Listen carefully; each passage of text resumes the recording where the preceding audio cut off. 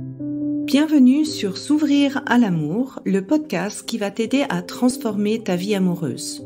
Je suis Sandy Kaufmann, coach de vie certifié. Sur ce podcast, je t'aide à comprendre et à changer tes mécanismes en amour afin de rencontrer la personne qui te correspond et construire une relation de couple épanouie. Tu y trouveras des réflexions, des exercices concrets tirés de mon activité de coach et de l'approche psycho-corporelle que je pratique, ainsi que des conversations inspirantes avec des experts ou des personnes comme toi et moi qui t'expliqueront leur chemin personnel pour s'ouvrir à l'amour.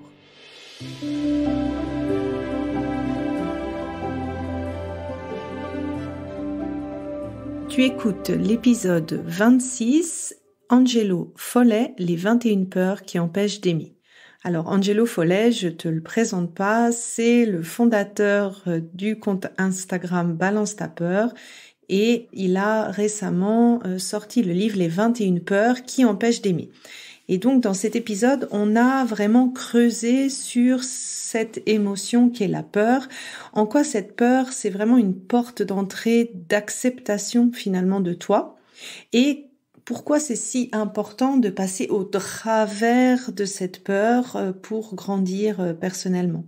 On a parlé également des peurs existentielles et en quoi le couple est un amplificateur et une projection de nos propres peurs.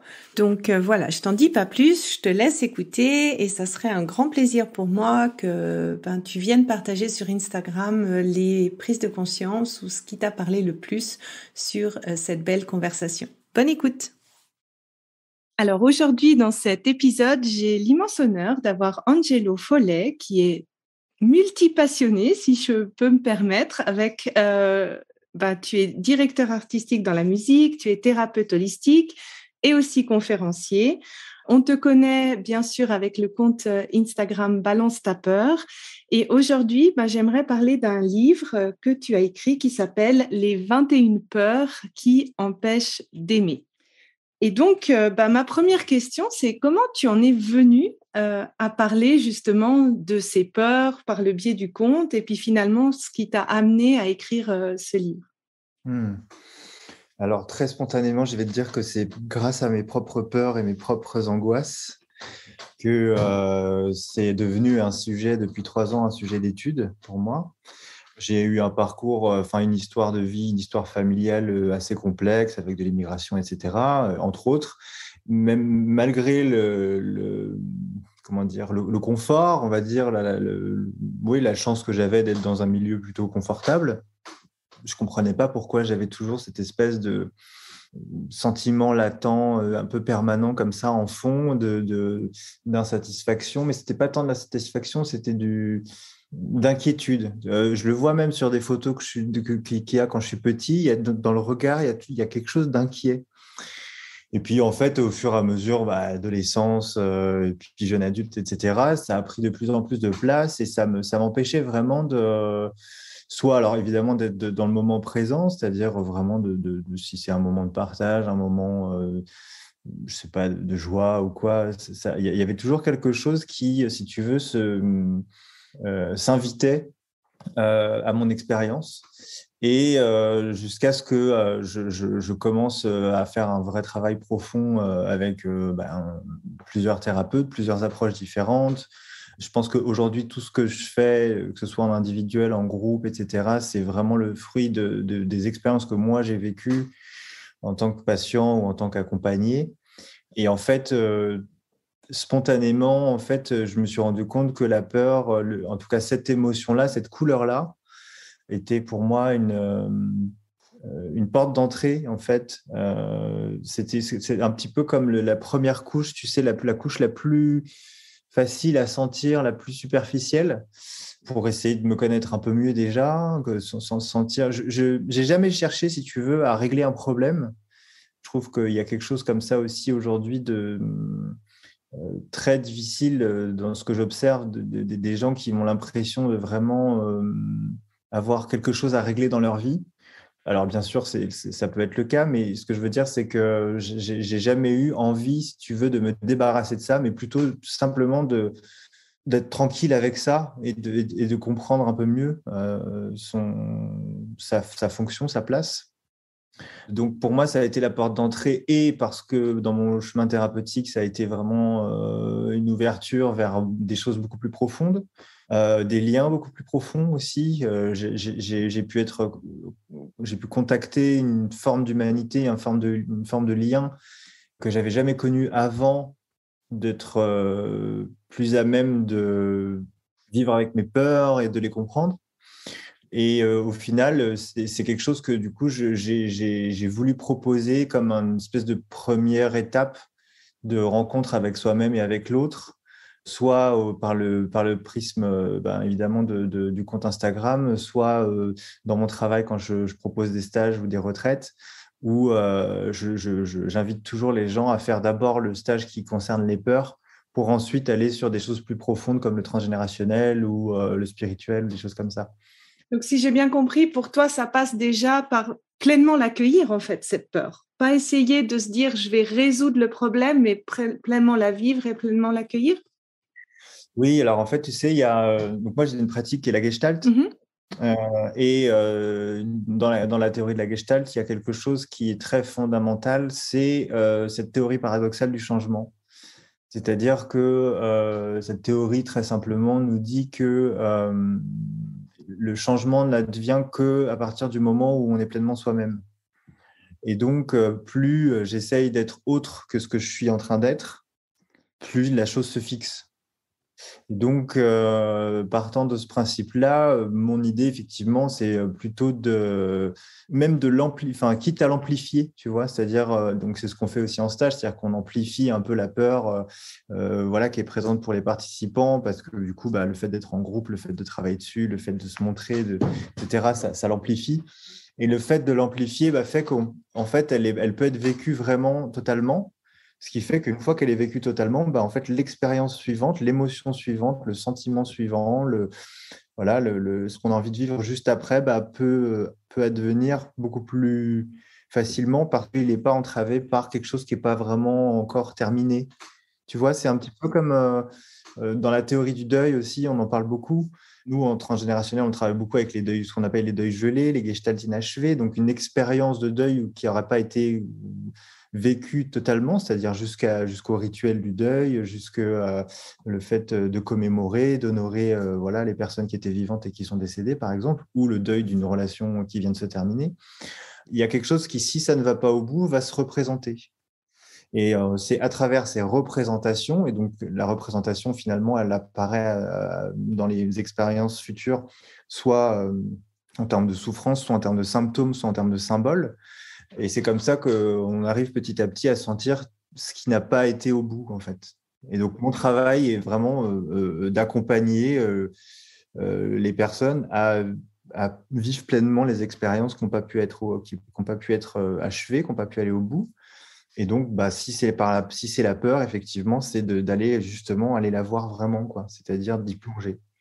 Ouais, ça me parle beaucoup ce que tu dis parce que j'utilise aussi une approche psychocorporelle et quand les gens, des fois quand la peur est stockée dans le corps et qu'elle sort, en fait, moi ce que j'invite c'est à passer au travers de cette peur parce que je sais pas comment le dire autrement, mais c'est presque comme si tu prends conscience en traversant ça du pouvoir que tu as au travers de ça, en fait. C'est dans cette difficulté que naît d'autres choses après la peur.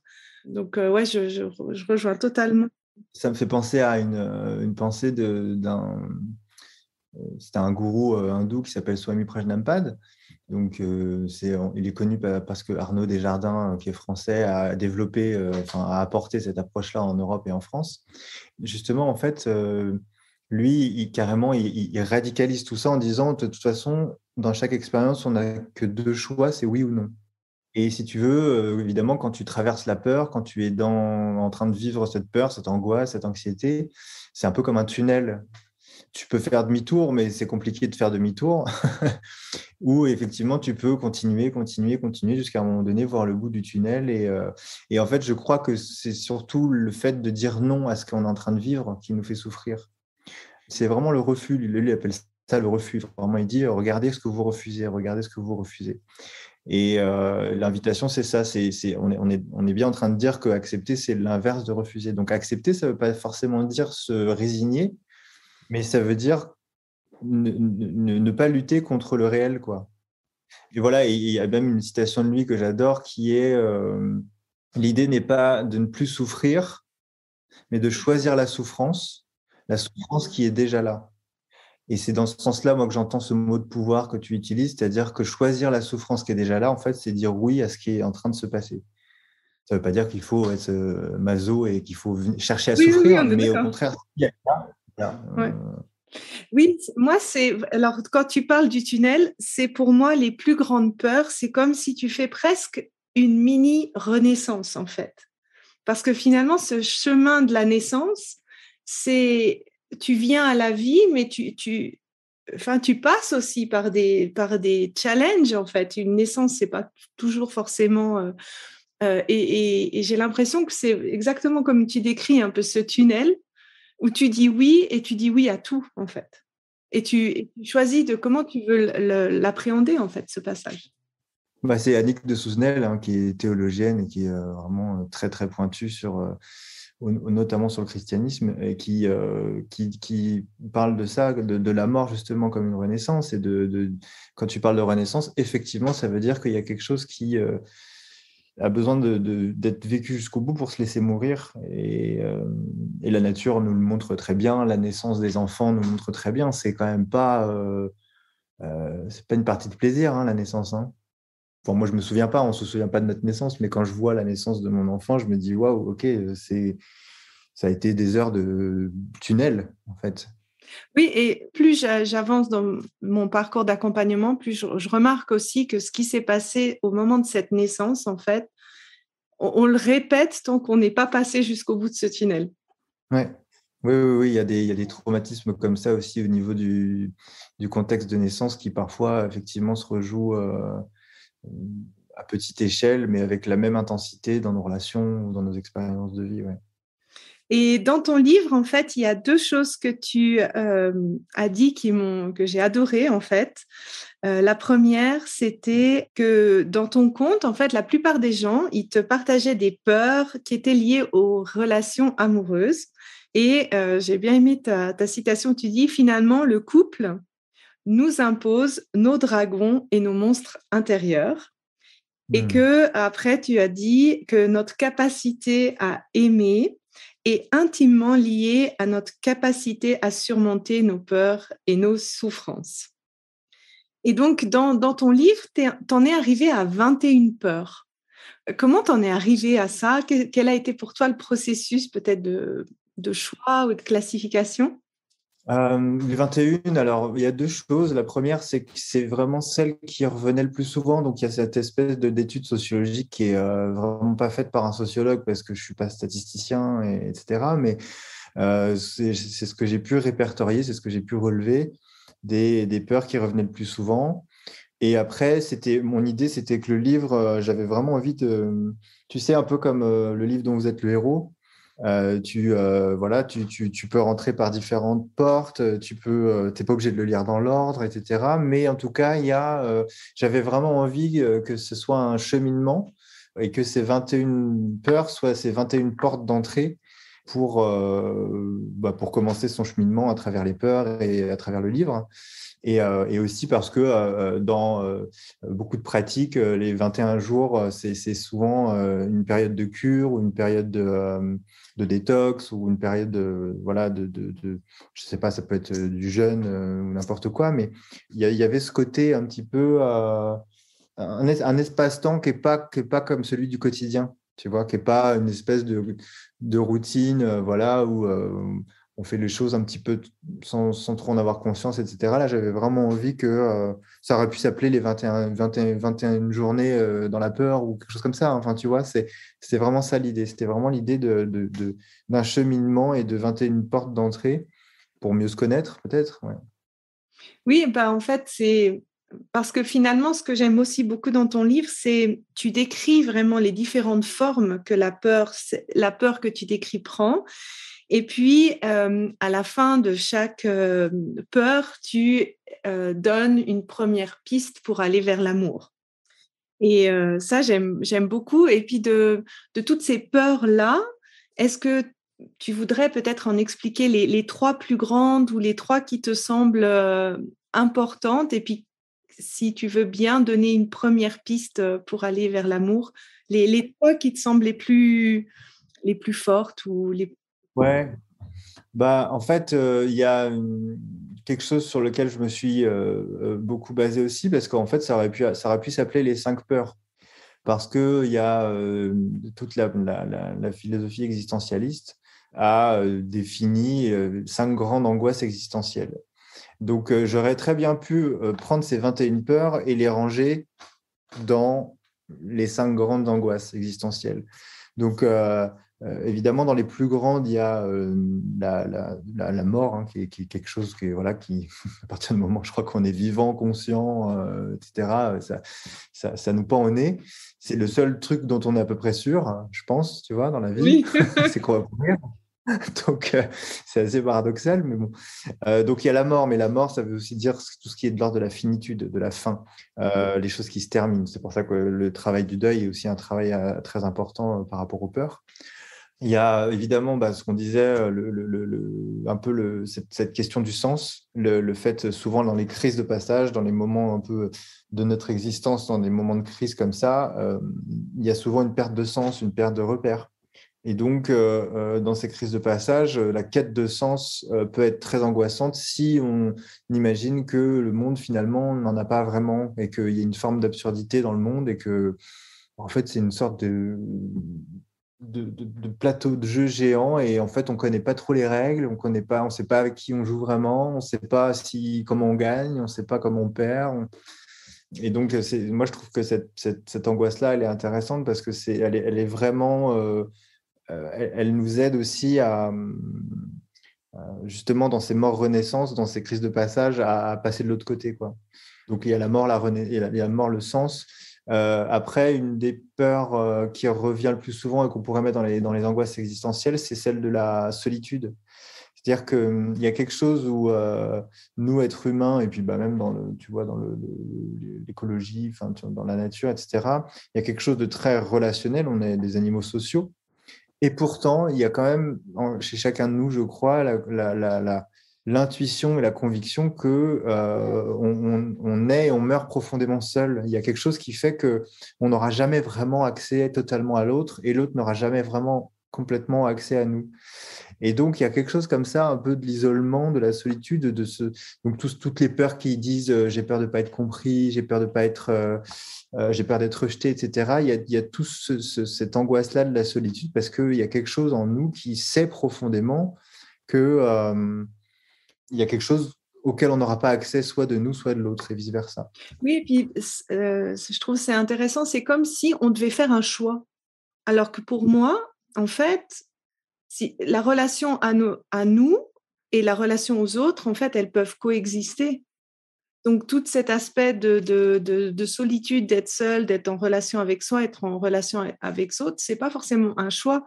C'est-à-dire, je dois pas renoncer à être moi pour être avec les autres et vice-versa, en fait.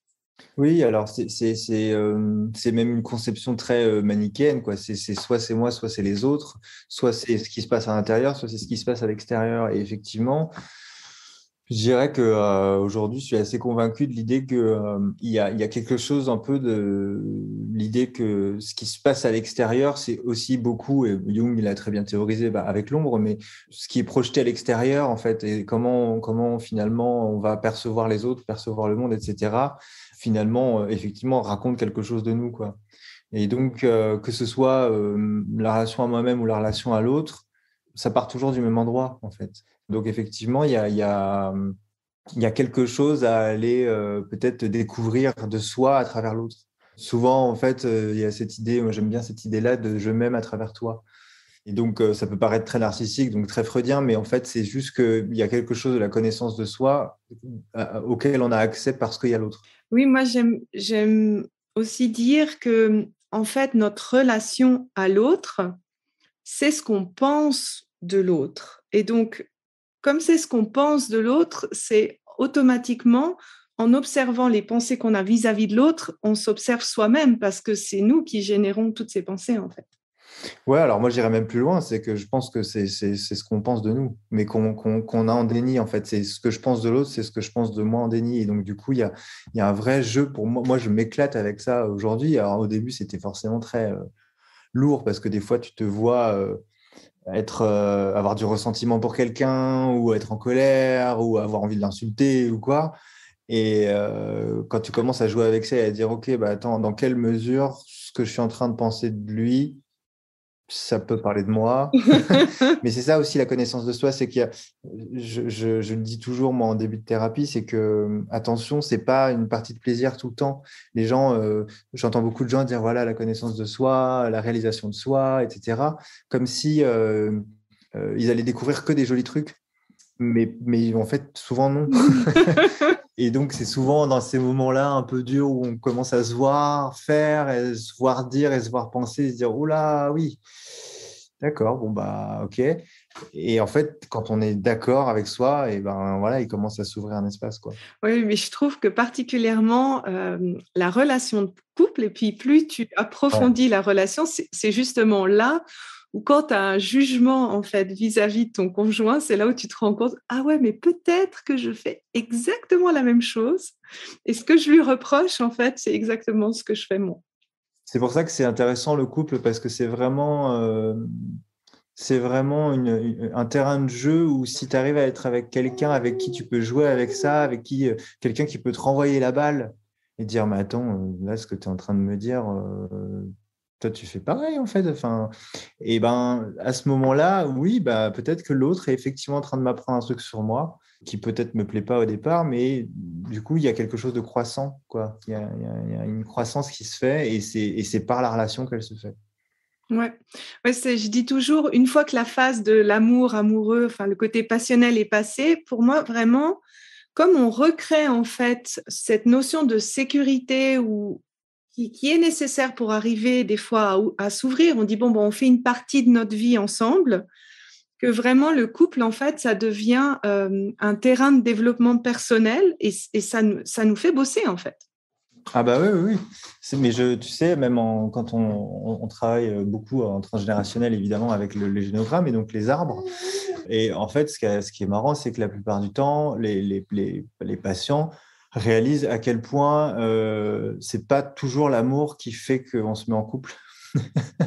Mais justement parce qu'il y a des résonances en termes de trauma, en termes de vécu, ou alors que l'arbre, en faisant couple avec cet autre arbre-là, finalement cherche à soigner quelque chose qui a été vécu par les aïeux, etc. Et donc, c'est sûr que c'est une vision beaucoup moins romantique, mais je trouve que c'est justement à cet endroit-là que le couple est, comme je disais, un terrain de jeu très fertile si on veut bien jouer à ce jeu-là, quoi. C'est dans l'approche que je pratique, en fait, elle part du principe que tous les traumas ou toutes les choses que tu as peut-être héritées d'autres générations ou tous les schémas que tu répètes, en fait, ça micro-influence tes hormones sexuelles, donc progestérone, œstrogène et testostérone, et que, en fait, l'attraction que tu as de la personne, tu vas être automatiquement attiré par ton match, par ton complément. Donc ça veut pas dire l'homme masculin, l'énergie masculine et la femme. On peut vraiment avoir nos deux proportions d'énergie totalement différentes et que en fait, on est attiré par son complément et forcément par son challenge en fait. Bah oui, en fait, alors Jung, il en parle très bien quand il parle d'animus et d'anima. Donc, effectivement, bon, c'est une théorie qui est quand même une théorie de 1900 et quelques. Donc, on n'est pas sur tout ce qui est non-binaire, transgenre, etc. Mais lui, il a théorisé quand même qu'effectivement, l'homme va aller rencontrer son anima, donc son féminin, donc dans sa partenaire potentielle hétérosexuelle, et que la femme va rencontrer son animus. Donc là, la base de développement, elle est à cet endroit-là. Donc, effectivement, nous, en tout cas en transg, on voit bien que l'épigénétique a une influence énorme sur les comportements et les choix de vie, quoi. Donc, effectivement, c'est génétique aussi, et ça a été largement prouvé aujourd'hui. Donc, ouais, je te rejoins. Et donc, si on parle de les 3 grandes peurs, c'est celles que tu as mentionnées, sont donc la mort, la renaissance, et puis moi et les autres, ça serait pour toi les 3 principales? La mort et la Oui. fin, parce que la mort, c'est pas forcément la mort Oui, physique, la hein. fin d'un cycle, Donc, oui. il y a la fin de quelque chose, les crises de passage, la quête de sens, etc., et donc la perte de sens. Et pour moi, oui, effectivement, l'autre grande peur, c'est effectivement ce sentiment de solitude et donc cet isolement versus le sentiment d'appartenance qui est aussi extrêmement nécessaire à l'être humain pour sa survie, quoi. Et si tu voulais donner, alors on va pas aller dans le détail, mais 3 pistes pour toi, pour ces 3 grandes, on va dire grands regroupements, quels seraient les pas en fait ou le chemin pour aller vers l'amour? Waouh, c'est une grosse question, ça. Ce que je sens par rapport à l'angoisse de mort, l'angoisse de finitude, etc., il y a vraiment quelque chose de l'abandon. Tu sais, il y a beaucoup de personnes qui ont peur d'être abandonnées, etc. Et en fait, je crois que là où c'est fertile, c'est quand on s'autorise soi-même à s'abandonner. Et donc, s'abandonner, pourquoi? Parce que par rapport à un deuil qui serait pas encore fait ou pas encore complet, si tant est qu'un deuil doit toujours être complet, hein, on n'est pas obligé tu vois, de tout finir, enfin, il n'y a pas d'injonction par rapport à ça, mais je dirais que étonnamment, s'abandonner au chagrin, s'abandonner à la perte, s'abandonner à vraiment voir que cette relation n'est plus, que cette personne n'est plus, etc. Je crois qu'elle permet vraiment de pouvoir honorer ce qui a été vécu, de pouvoir lui donner toute sa valeur et surtout d'ouvrir un espace pour faire une nouvelle expérience, ramener de la nouveauté en fait. Souvent, quand il y a des personnes qui sont dans des problématiques de changement ou problématiques de répétition, c'est que en fait, il n'y a pas de nouveauté, il n'y a rien de nouveau qui se passe. Et donc, à partir du moment où il n'y a pas de nouveauté, s'il n'y a rien de nouveau qui se passe, moi, j'observe en tout cas souvent que c'est parce qu'il y a quelque chose qui est encore en cours, en fait. Et donc, il n'y a pas l'espace pour que le nouveau, que la surprise, pour que la spontanéité, l'immédiateté créative comme ça surviennent, quoi. Et en fait, parfois, il y a des gens qui disent, mais je ne comprends pas, j'ai déjà vachement pleuré, j'ai déjà vachement... Eh bien, en fait, oui, peut-être, mais il y a quelque chose qui n'a pas encore été ce qu'on appelle symbolisé, c'est-à-dire qu'il y a quelque chose qui, pour l'instant, a été peut-être déchargé en termes d'émotion et d'énergie, mais pour que la guérison et le soin se fassent de manière totale, il y a besoin de symboliser, il y a besoin qu'il y ait quelque chose qui prenne du sens. Et donc, du coup, on en arrive à l'autre angoisse, tu vois, qui est celle du sens. C'est pour ça que je trouve que si on essaie de relier les trois, par rapport à la première, il y a quelque chose de l'abandon dans le chagrin, vraiment le vivre pleinement, qui fait qu'après, ça peut créer un espace pour justement avoir un peu plus, donner un peu plus de sens à ce qui s'est passé. Et donc, du coup, la crise de passage se fait, puisque à ce moment-là, le sens de notre vie, le sens de nos relations, de ce qu'on fait, etc., revient. Et par rapport à cette notion de solitude, je crois que c'est aussi une question de retrouver du choix, en fait. C'est-à-dire que moi, je dis toujours, par exemple, en thérapie, que mon job, c'est pas qu'ils aillent mieux, c'est qu'ils aient le choix. Si à la fin de la thérapie, ils choisissent de toujours aller mal ou de toujours faire comme ils ont fait, très bien, parce que c'est un choix et que là, il y a l'entière responsabilité de ce qu'ils vivent. Et donc, retrouver cet espace où c'est moi qui choisis, finalement, fait que je subis plus la solitude ou je subis plus le groupe. Parce qu'il y a des fois où je suis en groupe et je me sens seul et je le subis. Il y a des fois où je suis seul et où j'aimerais bien être avec d'autres gens, etc. Et donc, en fait, même si je vis, par exemple, une relation amoureuse, sentir vraiment quel est le choix que je suis en train de faire à ce moment-là. Si, par exemple, tu sais, il y a des couples parfois dans leur quotidien, avec la routine, avec les habitudes comme ça, qui vont s'engueuler sur des sujets vraiment anodins. Enfin, tu vois, souvent les engueulades, elles arrivent sur un truc tout bête. Il y a pas, le sel n'est pas rangé à la bonne place ou je sais pas quoi. Enfin bref, où il n'y a plus de Le savon et sujet du coup, numéro 1, c'est les tâches ménagères, en effet, ouais. tu vois. Et donc, parfois, ça, c'est juste la manifestation mais là, en fait, j'avais pas pris conscience qu'à ce moment-là, j'avais soit envie d'être seul, soit envie d'être avec toi. Et donc, je trouve que c'est beaucoup plus intéressant dans une relation d'arriver à nommer justement, bah tiens, là, tu vois, c'est pas parce qu'on est dans la maison ensemble, parce que c'est le week-end, parce que voilà, on a décidé tous les deux de rester à la maison, que le moment où on se croise, c'est un moment où j'ai envie d'être avec toi, où j'ai envie de partager quelque chose avec toi, etc. Et moi, pour l'avoir vécu dans ma relation et puis pour l'avoir travaillé aussi avec des patients, clarifier ça, c'est hyper important. Oui, bah, je te rejoins totalement en fait. Pour moi aussi, ça, c'est les trois phases que tu as dédiées quand quelqu'un fait une rupture amoureuse, c'est plus mon sujet de prédilection. C'est vrai que si la personne renie totalement sa peine et puis renie en fait toutes les pensées ou les jugements qu'elle a pu avoir sur son comportement à l'époque, qu'elle n'aille pas dans le pardon en fait de tout ce qu'elle peut penser avoir fait faux, parce que finalement, ce qu'on fait faux, ce qu'on fait pas faux, ça c'est encore un choix.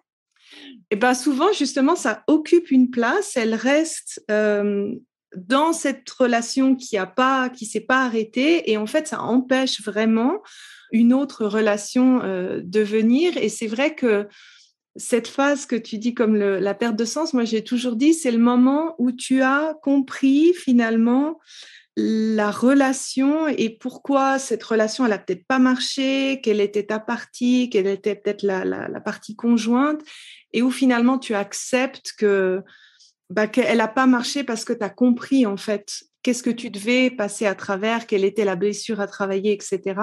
La troisième chose que tu dis, moi je dis toujours, c'est l'alignement en fait. Ce que tu veux dans une relation et ce que tu décides pour toi, sous quelle forme tu décides d'être en relation, parce qu'il n'y a pas une règle comment on doit être en couple.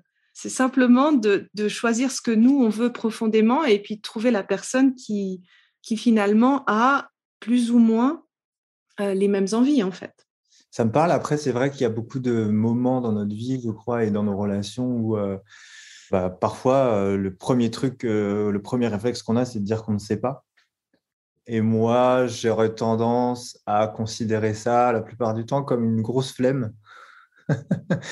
Moi, je suis persuadé qu'on sait ou qu'on sent, mais que parfois, il y a plein de peurs qui font qu'on n'ose pas le dire, qu'on n'ose même pas le sentir, le ressentir, le penser.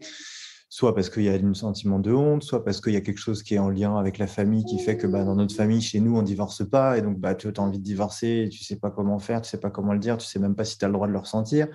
Donc, je crois que le premier truc à peut-être à aller voir, c'est, tiens, je suis en train de me mentir.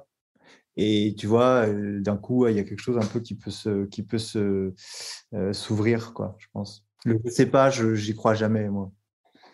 Oui, et ce qui rend le choix difficile, c'est justement tous ces freins des il faut. Alors les il faut qu'on se met soi-même ou les il faut qu'on pense que les autres nous imposent. C'est sûr que c'est ça qui bloque. Et justement, tu parles du couple, tu parles de l'amour. Qu'est-ce qui, pour toi, a changé ta vision de l'amour? Je crois qu'il y a un truc qui est fondamental, c'est cette fameuse traversée des peurs, c'est-à-dire qu'en fait, s'il y a des peurs, c'est aussi parce qu'il y a du désir, c'est aussi parce qu'il y a de l'énergie, c'est aussi parce qu'il y a quelque chose qui a envie de se mobiliser. Et donc, sentir que c'est pas parce que j'ai peur que ça m'empêche forcément de m'engager parce que j'ai peur de m'engager que ça m'empêche de m'engager. C'est pas parce que j'ai peur d'avoir un enfant que ça m'empêche d'avoir un enfant. Donc déjà ça, en fait, sentir que la peur, c'est pas un frein. Et puis je pense ma compagne qui, qui est à l'opposé de moi ou moi qui suis à l'opposé d'elle. Mais en tout, hein, si tu regardes nos thèmes astrologiques, si tu regardes nos typologies jungiennes, si tu regardes, elle est psychothérapeute aussi, donc on connaît très très bien les mécanismes de chacun. Et en fait, voilà, c'est pour ça que je parle de terrain de jeu, c'est parce que justement, j'ai quelqu'un en face avec qui ça rebondit, avec qui je suis pas toujours dans mon truc confort de mes certitudes. Donc pour moi, vraiment, les deux choses qui m'ont aidé le plus, c'est vraiment comprendre et sentir que la peur, c'est pas un empêchement, mais une information. Et ça a pu donner lieu à cette relation qui fait qu'aujourd'hui, j'ai une partenaire qui voilà, qui donne le change, qui m'envoie chier quand c'est nécessaire, qui me comprend quand c'est nécessaire, qui se remet en question quand c'est nécessaire, même si on n'est pas toujours dans le même timing, même si des fois, bah, voilà, tu as une sorte de décalage entre le moment où il y a quelque chose qui sort et le moment où, ah oui, alors attends, en fait, je comprends mieux pourquoi, machin, machin.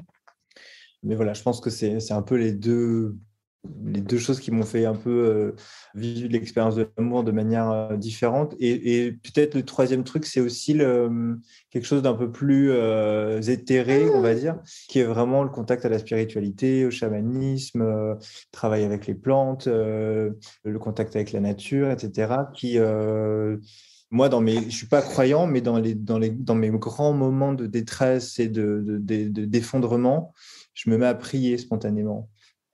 Alors que j'ai pas de religion particulière, etc. Et donc, il y a quelque chose aussi comme ça qui me soutient parce que je sens qu'il y a quelque chose qui est plus grand que ma petite vie avec mes petits problèmes, et tu vois. Et donc, ce truc-là qui soutient, alors il y en a qui l'appellent l'amour, d'autres qui l'appellent Dieu, d'autres qui l'appellent Gaïa, n'importe quoi, l'univers ou quoi. Mais en tout cas, je crois que c'est essentiel dans une existence humaine d'avoir sa propre cosmologie, d'avoir sa propre métaphysique, sa propre spiritualité, quoi, quelle qu'elle soit, hein, que ça passe par du yoga ou par n'importe quoi. Enfin.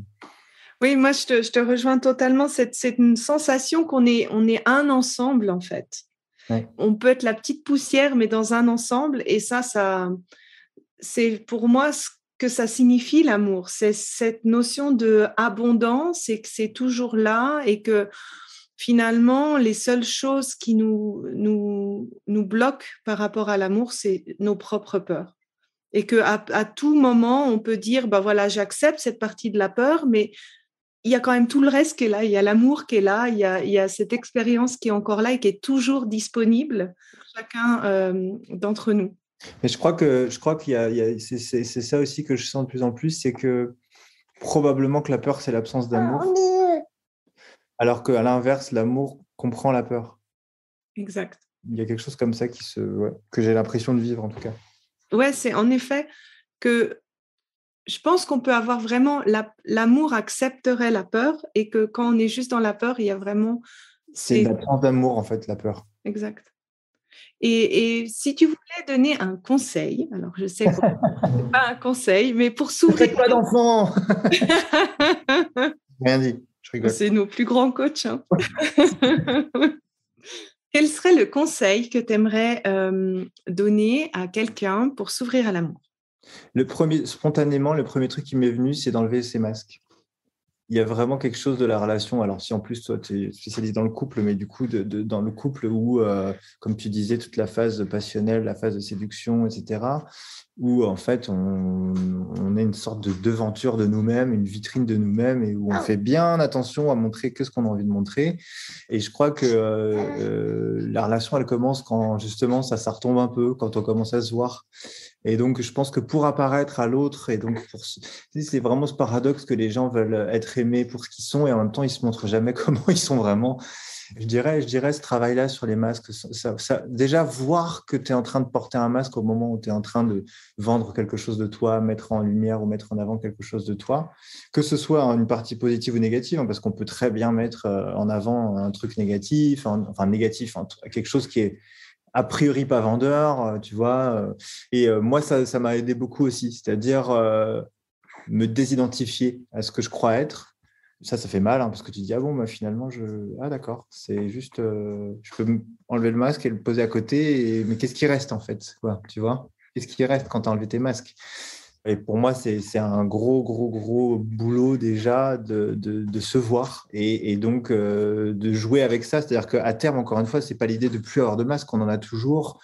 Il y a toujours quelque chose qu'on fait ressortir de nous en fonction de la situation, de la relation. Mais c'est de ne pas être dupe de ça. Typiquement, toi, tu fais du coaching ou je fais de la thérapie. Si on commence à coacher et à thérapiser le passant qui est dans la rue, la moindre amie ou famille, etc., sans qu'on nous ait rien demandé. Ton conjoint.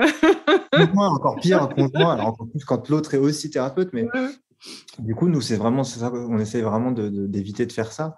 Bah, du coup, il y a quelque chose comme ça dont tu ne te rends pas compte, mais qui est un peu collé au masque, quoi. Et ce qui est intéressant, je trouve, bah, tu regardes tous les films qui parlent de ça. Alors, évidemment, The Mask, qui, mine de rien, parle très, très bien du masque social, de la persona.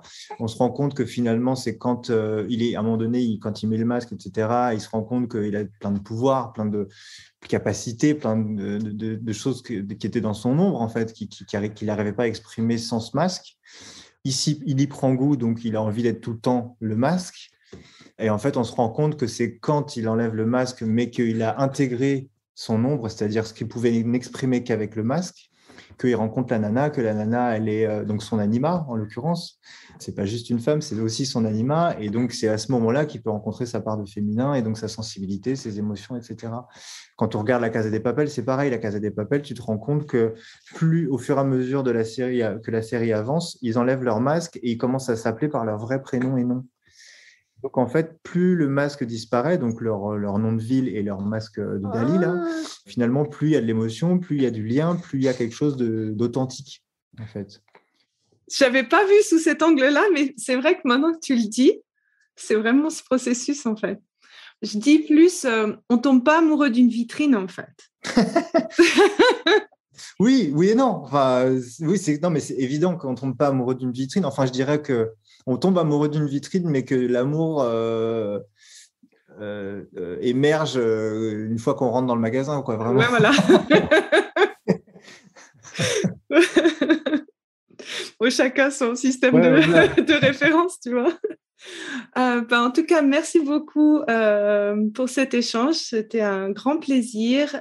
Toutes les personnes qui écoutent, si vous n'avez pas encore acheté le livre et si vous voulez approfondir vos peurs, allez acheter le livre d'Angelo, Les 21 peurs qui empêchent d'aimer. Il y a plein de pépites. C'est vraiment super bien écrit. Et voilà, merci d'avoir partagé ton temps et puis de partager ta vision du monde. C'était un grand honneur. Merci beaucoup.